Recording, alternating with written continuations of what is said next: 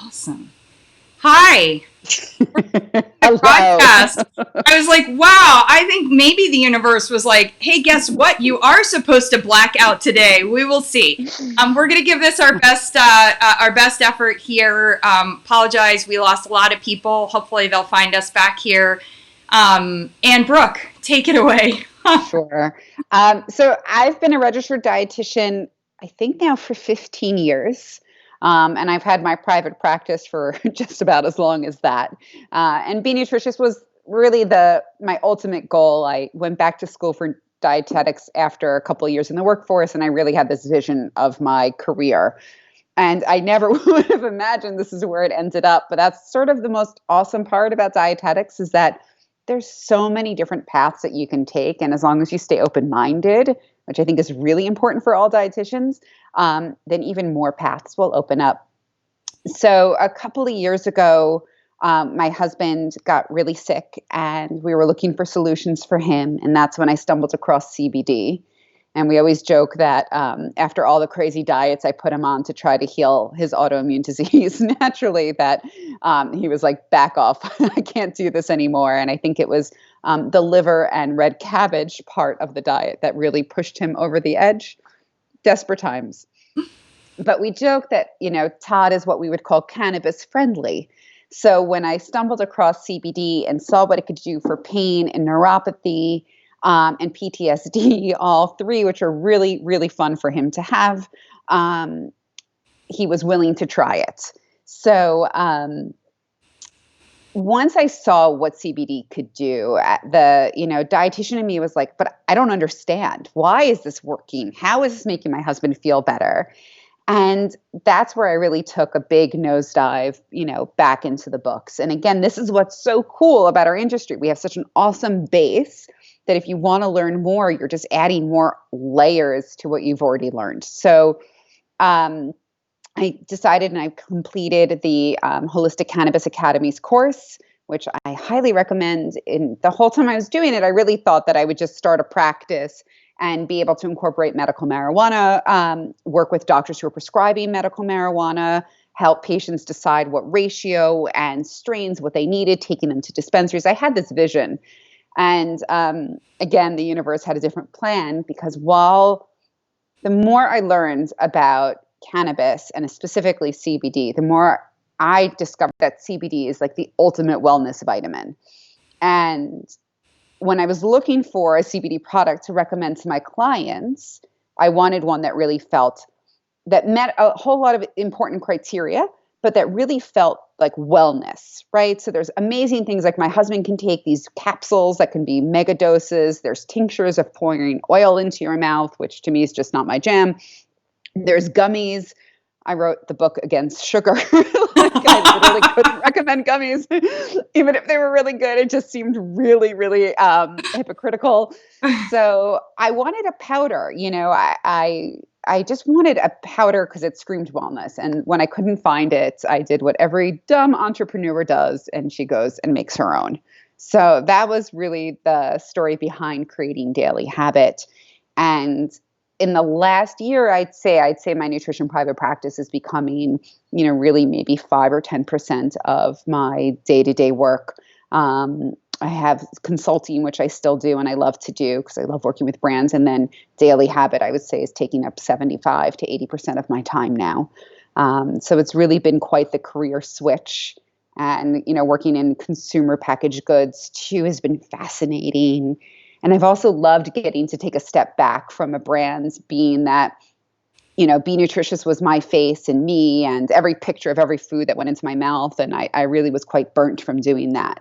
So now to have a product that's sort of the real representation of my brand has been, I think, really great. And I think especially during this COVID time, we've been up here in the Berkshires, which is a far different life than we live in New York City.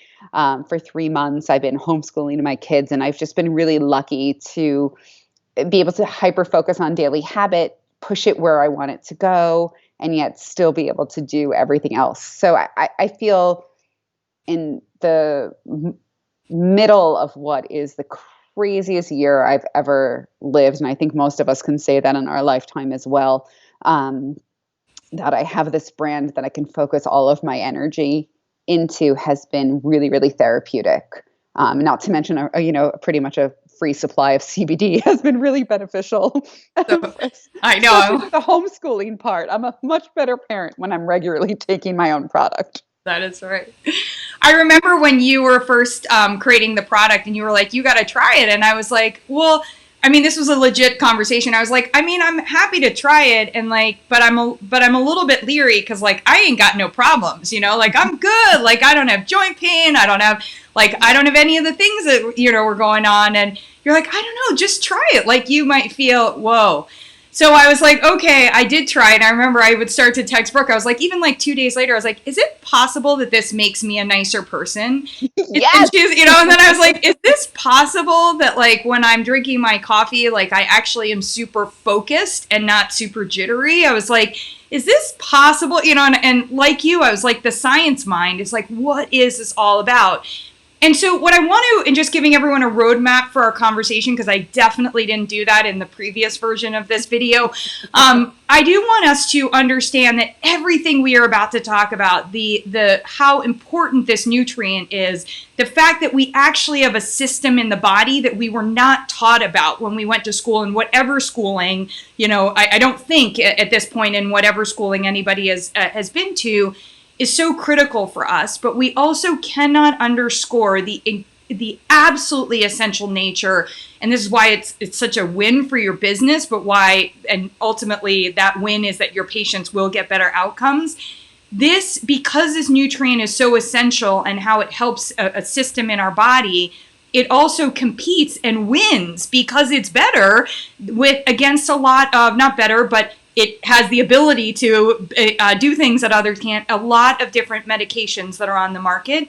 So you have to make sure that you're assessing your patient. It's why when I originally created the CBD guide, I worked with these different experts, including Brooke, to create that information for you, and then why I revised it and made sure that there were assessment questions included in the CBD guide, because what you want to do first and foremost is make sure that somebody is not just taking this because they saw, not just drinking it or having a gummy as we were just talking about, or throwing back oil or any of these other things, because it is going to have an impact on their body. And we have to understand, that total nutrition. That's why we have to assess it. So the roadmap for right now is we are going to discuss the endocannabinoid system, the actual presence of it in our bodies. We are then going to talk a little bit about how CBD, how you want to look at different sources of CBD. We were just hearing about why a powder. That's really important, but what are the different compounds and that piece? We're going to do that pretty quickly because I have a whole interview with Brooke on that part that I can direct all of you to. That's over on our YouTube channel. We also have the CBD guide, which goes through all of that. So we don't need to go too far into that part. And then what I wanted to do was have a conversation with Brooke, because she's here, about how you can talk about and market and assess and do this in your business, whether you're a dietitian, whether you're a doctor, whether you're a holistic nutritionist, whether you're a naturopath, whatever. We have some dentists on here. Whatever your background is, we want to make sure that we have you understanding how you can talk about this in your business. Then Brooke's going to leave, and I'm going to talk about testimonials. So that's what we got for the next 40 minutes. All right. So starting with that, we never learned that we have an endocannabinoid system. So if you can, with brevity, but with understanding everybody here is going to pick right up with you because we've got healthcare practitioners. What is the endocannabinoid system, and what do we need to know about it to help our patients get and stay healthy? I have to say, I was so pissed with the amount of time I spent on anatomy and biochemistry and biology that this was never even mentioned. The endocannabinoid system, better known as the ECS, because it is a mouthful to say regularly, even though I'd say a couple times an hour, it still doesn't come out right. But we have an ECS throughout our body. And it's really ultimate goal of the ECS is to help the body maintain homeostasis, right? So by utilizing compounds and components from the cannabis plant, it stimulates the ECS to bring back whatever was off kilter. And if you look at a lot of the conditions or symptoms or issues that a lot of people and that CBD that a lot of people have talked about using CBD for, but most importantly, that CBD is evidenced and research to show that it can help with. So let's say anxiety, insomnia, PTSD, a lot of mood disorders. A lot of them, if you are willing to take a step back, are an imbalance of some sort, right? So we need to be brought back into this homeostasis. When you consume cannabis, whether it's traditional, what we know as marijuana, or whether it's the hemp product CBD that I work with primarily, what it does is it stimulates the receptors. There's CB1 and CB2 receptors. So depending on what plant you're taking, it'll stimulate those receptors and help you get back to baseline. So what's cool is if you're using CBD for pain, or even a product with THC for pain, what it does is it stimulates your ECS to reduce the pain, or to send proper amounts of inflammatory reactions to that to help with pain, versus taking a pain pill, which actually doesn't reduce the pain, it just prevents you from feeling it. So the difference with using CBD, and I think this is actually what you were getting at, where perhaps it might be a better option when possible. There's nothing wrong with using medication, whether it's for mental, physical, or whatever pain. But what CBD does that's so much more fascinating to me is that it's actually fixing the problem versus masking the issue, right? So today I have wonderfully pulled out my back, which is lovely.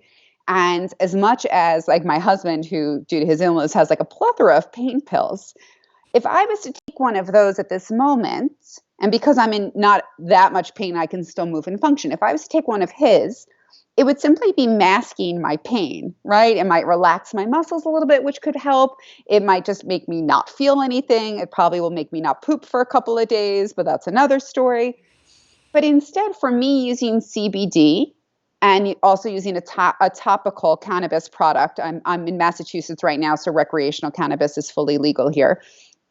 I am instead working on the pain and improving my back spasms condition versus masking it. And I think that that's a really important difference when it comes to using CBD, medical marijuana, or cannabis traditionally, in that's what the ECS does. So it's a way to bring your body back to baseline. Now, you might need to be taking it regularly to feel it. The ECS is not always receptive in some people. Often it's due to the lack of use of a cannabis plant, or it's from a poor diet, because also high quality foods, better foods, rainbow colored foods all help stimulate the ECS as well. So some people might need a couple of days of using a CBD product before they start to feel the difference as well. So it's often due to the fact that their ECS isn't sensitive enough to the product, most likely due to not enough use or a poor diet. I think that's so important. And I think one of the things, again, that we need to be thinking about is having those conversations with our patients and managing it. So if you don't experience relief, may not be enough, may not be the right kind, maybe other issues with your diet, or it may be a sensitivity component. And it may be something that you build towards that then they are able to use it and have that experience. My experience with CBD, very much like homeopathy, has been that once and again, myself, but also with patients and with those I'm using, in particular, I use Daily Habit because I'm just confident in the product now. When I do that now, they are like, you do experience relief in the moment. So this isn't something like, hey, I need to start using this in 6 weeks from now, but you also have to get it right. So I think the key thing, and again, you guys, this is all in the guide. We're not going to go through all the different medications that it can interact with, but it is important to know everything from cholesterol medications to Tylenol to very severe and needing to be regulated mental health medications. So all of those, it has the potential, and we don't know necessarily ahead of time which way it's going to work in an individual. It could suppress their medication, or it could prolong that medication being in the system. So read up on that. That's important. That is a primary role and intervention that you can affect change with your patients that other people cannot, and that they may not be aware, of. So I think that piece is really key. Brooke, you talked a bit about when you were creating Daily Habit. We talked about the form and the idea that like, hey, I'm not going to have somebody pop a bunch of gummies. And again, if you choose to spend your added sugar budget with CBD, with your CBD, that's okay. That wasn't right for what Brooke was doing. But more importantly, what needs to be in there? We see things. We see CBD isolate, full spectrum, broad spectrum. And then I'd love for you to talk about organic and why it's really, really important here. Whereas in other places, you and I might be like, organic, nice to have, not need to have. So start first with how you chose the form of the CBD that your product offers. Sure. So I have a criteria when it comes to using any CBD product, whether it's my own of what we need to meet in whoever we're working with, or if it's a product I'm recommending. So, my product is very much focused on wellness. For my husband to get relief, he loves it in his coffee, but he needs to take much higher doses throughout the day. My product is not right for him, aside from just the way to start the day. So there's a time and a place for all different kinds of products. And as you said, if you're going to, spend your sugar calories on gummies, then great, go for it. There's some really great gummy products out there. I happen to love Not Pot. Number one, I just think they're so fun, but they're ethical, they're good quality, and they give back to organizations that I really believe in, the Freedom Minnesota Fund and that kind of stuff. So, what I think is really important when you look for any CBD supplement is one, I almost always across the board will recommend a full spectrum product compared to an isolate. Mm-hmm. So an isolate is just the extraction of CBD. You only get CBD versus a full spectrum. You get all the other awesome components of the plant. So you get all the other cannabinoids. You get also all the terpenes. Terpenes are what give essential oils their smell and a lot of their benefits. And that's why also, like, if you remember from maybe your old school pot days, there was always fun names to it. Most of the time it had to do with the terpenes that were adding the smell, the good and bad smells to it. So a full spectrum, you also get the CBD, but you get over 100 other cannabinoids that we know of. And I have a feeling it's going to be up to 150 in another year, but you get the full plant, right? And that's what's really important because all of those cannabinoids and the terpenes, they all work to make CBD more effective, more efficient. And they're it's called the entourage effect, but I like to think of them as they're like backup singers or backup dancers, right? So CBD is the star, but the performance is so much better because of everything happening on stage. And that's very much what the entourage effect does. You also want to work with a company or recommend a company that is somewhat transparent. We as an industry are completely unregulated, except on advertising on social media. We have very, very, it's the wild, wild west of supplements right now with us. So when it comes to CBD, you want to find a company to recommend that has some sort of transparency. So whether it's that they offer their COA, their certificate of analysis on their website, or whether they show some sort of third party testing, I tell this to patients, I'm like, even if you don't understand what it means, the idea that the company would have it available on their website automatically gives me a little bit more faith in them. So for us, we have our COA on our website. We also are constantly getting every batch tested by third parties, and we often will change the third party tester because you get different results all the time. So we're always sending out every single batch, every sample to get third party tested in addition to doing our own analysis. And I think it's really important because a lot of times people are trying CBD that will not actually have any CBD in it, or they think they're taking 10 milligrams and they're only taking 2.5. Their products that you're buying on Amazon should not actually be containing any legitimate CBD in them because Amazon will not sell a CBD product.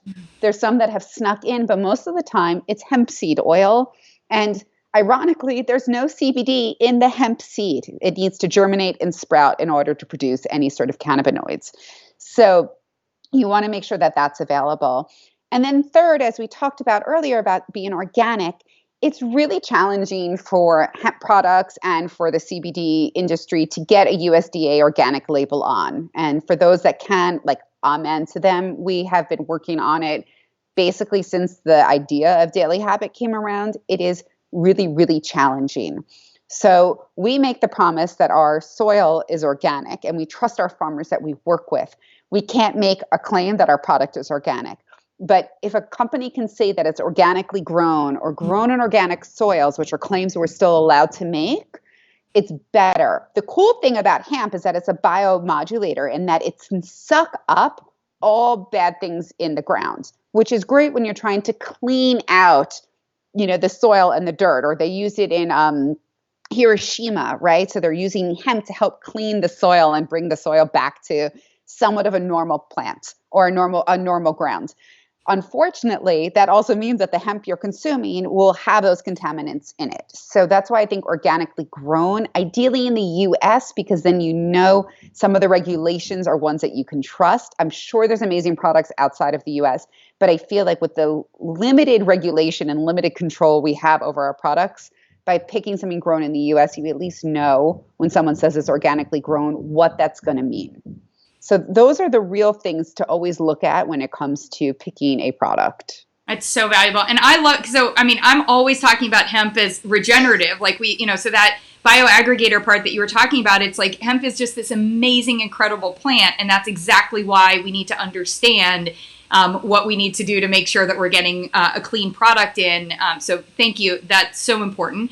I'm going to take a commercial break to let you all know that Brooke has generously, and Daily Habit CBD has a coupon for you to try out the product if you use the words better nutrition, all one word, that she has offered to our group here. So please don't post that like somewhere on social media or offer that, but it is for you. We've got about 12 of you in here who have said that you are using it or you've got it and you've been trying it. So Michelle and Meg, and I'm so excited. And as you all know and you've seen, it literally is like I make my own version of a cortado every morning where I have my espresso with my Daily Habit. Sometimes I end up having it twice in the day.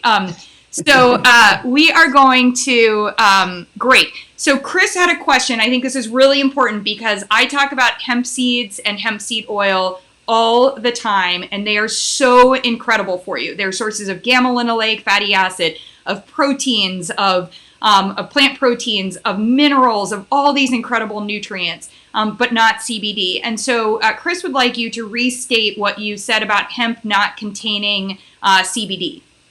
So hemp seed oil, which is often sold under the guise of people buying CBD or some sort of CBD product, does not contain any CBD. It still blows my mind because you'd assume any part of the plant should have it. And if a hemp seed is going to grow and germinate into the hemp plant, which will then have CBD, it makes sense, but it doesn't. So if you see the ingredients are hemp seed oil and there's no CBD in the breakdown, then you are only consuming hemp seed oil, which great, tons of health benefits, as Ashley said, but not the benefits you're looking for from a CBD plant. It can often be used. So CBD needs to have fat in order for it to be absorbed. So I call it like, another fat soluble vitamin, right? Like it's A, D, E, K, and CBD. And I think it's really important. So we use coconut powder in ours, coconut oils, often olive oil. And even I think would be awesome for a company to use hemp seed oil as the carrier. But that's great. But if it doesn't actually have the hemp plant in it outside of the seed, then you're not consuming any CBD. That's great. So Michelle is actually using your product. She's also tracking her fat grams, and she just wanted to know how she needs to allocate for that. So with a serving of your product, do you know rough off the top of your head what the fat gram would be in there from that MCT? Of course I do. I assume, but I just wanted to note, like, if you needed to. Yeah, there you go. It's so not first one radio. serving of Daily Habit is approximately 3 grams, right? So it's 3.3 grams total. So 3 grams of that is the fat carrier. So that's the coconut powder. So you would assume that for 3 grams, it's going to be around 27 calories from fat per scoop. And it's that MCT. So it's kind of like if I'm doing that bulletproof keto, I'm intermittent fasting in the morning. I guess if you're if fasting, if I have it, I've kind of broken my fasting window. It wouldn't be fat doesn't count towards breaking the fast. So you're totally fine. right? I love Yeah. you. I love you. So Just kidding. I mean, it's not even what I'm following, but yeah, there we go. yeah. What was the But other so, sentence you should look for besides grown in organic soils? When you said organically grown and grown in organically soil, can you just repeat that part as well? sure. Yeah. I like it. Ideally, it's grown in the US and that the company makes some sort of claim that it's grown in organic soil or organically grown hemp, or when they list the hemp that they use in the ingredient list, that there's some word around it that says organic somewhere on the label. It just gives you a little bit more security knowing that the hemp is grown in a safe, clean soil option. Brilliant. So I want to shift gears because I want to also be respectful of your time. We're going to take about 7 more minutes of your time. Perfect.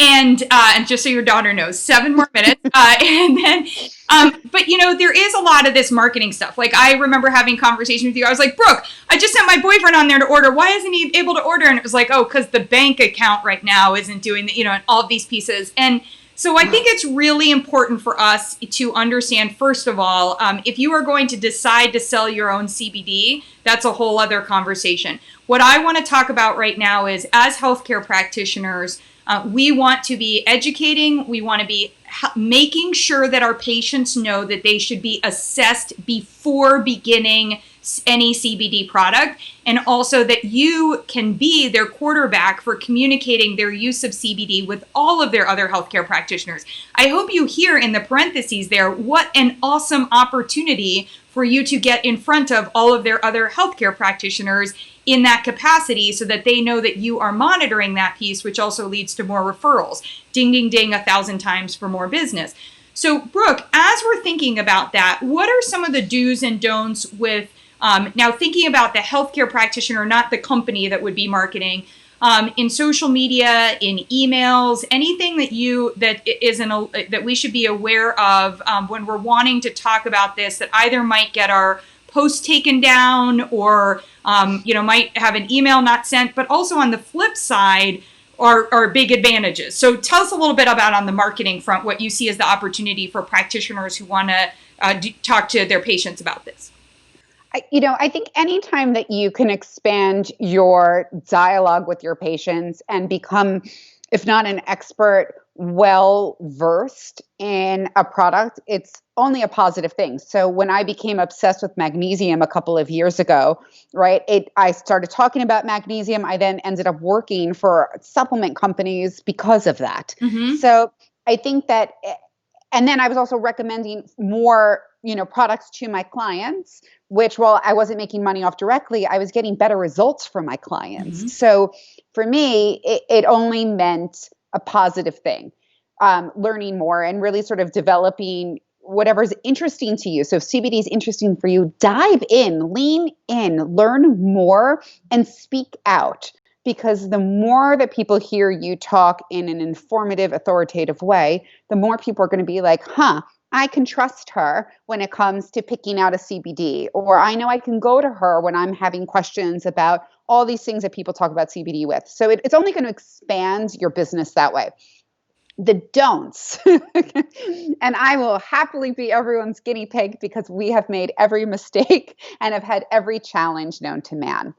If you decide to sell a CBD product in your business, you need to make sure that whatever payment method you are using is approved to work with CBD. Mm-hmm. So, I couldn't even get a bank account to open a new business account. Even the bank that I had been using for Be Nutritious for 15 years, even my personal bank that my husband and I both use personally in his business, we could not open up a bank account anywhere. No one would take my money. Like, it was insane. So, and then just recommend a daily habit and don't try to sell it. That's the moral of this story. Carry on. Yes. Probably. But then also, if you are selling it in your own office, you have to worry about your payment solutions, right? So a lot of companies will not actually process CBD products. Mm-hmm. So we were actually shut down for nearly 3 months. We were only live for 4 months before we got taken offline because we didn't have a payment processor. And the payment processor we were using then kept all the money that it had. So, however you're, charging people's credit cards or whatever source you're using, you need to just be careful, because if the company then finds out, you can be in trouble. So I I'm such a goody two shoes, and it's so ironic that I now work in cannabis. But it's just get everything approved before you make a move. Mhm. When it comes to social media, if you are doing paid advertising and you're doing promotional posts and that kind of stuff, you need to make sure that you're not going to run into trouble, because if you start talking about CBD a lot, even if it's your like a Ashley Koff, RD company, but you're mentioning CBD all the time, you're most likely going to get flagged. So I can no longer even advertise Be Nutritious on social media because that has fully been shut down. I can still post, but I can't do any paid advertising on Facebook or Instagram anymore, because I'm associated with CBD too much, even though I've kept both businesses separate, even though everything for them is separate. So I would just be careful about that. If paid advertising is really important to you, you need to just make sure to talk about a product that you like versus I would just be very careful on your language. But yeah, I mean, Facebook, I can't even get into my business accounts anymore, which is real fun. So yeah, I think that those are the big things to worry about. So a couple of things. So first, everyone, because overnight you will not be that CBD expert, but you do have access to our guide, and the information in our guide is, especially if you're a Shop of Tool owner, if you purchased our guide, the information in that guide is there for you to use, and it has been vetted by these experts in how we're talking about things. So use that language. The second thing I think that Brooke was bringing up that's so important is really think about what you want to promote. You really want to promote your services. So, if you're running a promotion, hey, has anyone assessed your endocannabinoid system? Is your endocannabinoid system getting what it needs to run better? Maybe skip the CBD, or use the hashtag CBD in something when you're talking about that piece, but just don't go out there and start screaming CBD. I will tell you, as somebody who's worked in promotionally and educationally in hemp for over 10 years, I have had posts and things shut down all the time when I'm talking about add these hemp seeds or my hemp pesto. All the time I battle with Facebook. I'm like, you understand what you are allowing people to do and what you're, and I get the drug message on there. So you really want to be careful there and focus on advertising your services. I think that piece is super, super smart. And then I think the additional piece is really helping people understand what role you're playing in this, which is I'm playing the role to help you assess before you start investing or taking or trying. There's a lot of just I think I'm going to try CBD. And what we want people to understand is you shouldn't just be trying CBD. You should be actually going through the path of doing the assessment that we have easily built in there, having that conversation and then being able to figure it out. So all crazy, super helpful information. I wanted to chat for the last second about a couple of your favorite ways. I saw a post about, I saw obviously smoothies and smoothie bowls, but I feel like I saw a popsicle post that it had, and I was like, the chill pill. I was like, this might be the most genius thing ever. Are you guys making popsicles with your CBD, and how can we all get the recipe? It just sounds delicious. Yeah. We were, what we used to when life was normal, we would schedule like every 2 months to do a big social media photo shoot at the house, with the product. And then I was always coming up with the recipes. And I found a cocoa avocado popsicle. And most of the time, it doesn't always work. Most of the time, I have no problem adding a scoop of Daily Habit per serving into a recipe. So smoothies, coffees, teas, all super easy. I bake with it too. I was going to ask the baking. So yeah, anything happen because you've got the fat carrier in there? Does anything happen? Would it be denatured? Do we have to worry about temperature or anything like that? It still works. It still functions. I'd assume that the CBD gets brought down to maybe like 80 to 90% as effective compared to the 100%. And then I always, if I'm making like a tray of brownies and I'm going to be putting in enough to have like 5 milligrams of CBD per brownie. So that's going to be a lot of extra fat. Then I reduce the fat content in the recipe. The popsicle recipe was super easy. It was like blended avocado and cocoa powder and some other good stuff in there. And then I just threw in the Daily Habit as if it was like a smoothie, and then I froze it. And those were ridiculous. My oldest daughter loved it as well, and I happen to love CBD's effect on her. I'll give her a half dose when necessary. She's 11, and I just see like a calmer version of herself come out when she takes it. So while Daily Habit is not recommended for children, I will give it to mine. But so yeah, that chill pill, I'll get the recipe for you. I have it somewhere in my notes from that last shoot because that was amazing. Interested friend. Yes, thank you. I would love that piece. All right. So if you guys have any last minute questions, I can always have Brooke pop back in or answer any questions here. Please absolutely follow her on social media whenever you're on social media in the future, if you're not doing that right now. And I am going to make the executive decision. We are not going to talk about testimonials right now. This has been a testimonial for CBD, so it's great on that part and Daily Habit. I'm going to pop back in here on Thursday, and I'll do the session on testimonials so that I can have a full brain associated with that. And Anne will let you all know what time that's going to be. We'll post that piece in here. I also I'm super, super excited. One of my closest friends and the founder of the Verse Media, which is ridiculously awesome for women as we're going into halftime. So wherever your age is, like that's what it's for. It's such an awesome media and company, and sign up for their newsletter. She is going to join us because she is the one who, after listening to her husband, who was our Secretary of Defense, talk about the role of planning backwards, she has actually worked with a company to create the Plan Backwards methodology. It is what I am using in our business and what I've been working with a lot of you on your businesses. So we will be here, same bat time, same bat place, next Tuesday, talking with Stephanie Carter about of the Verse Media, about planning backwards. And I added ...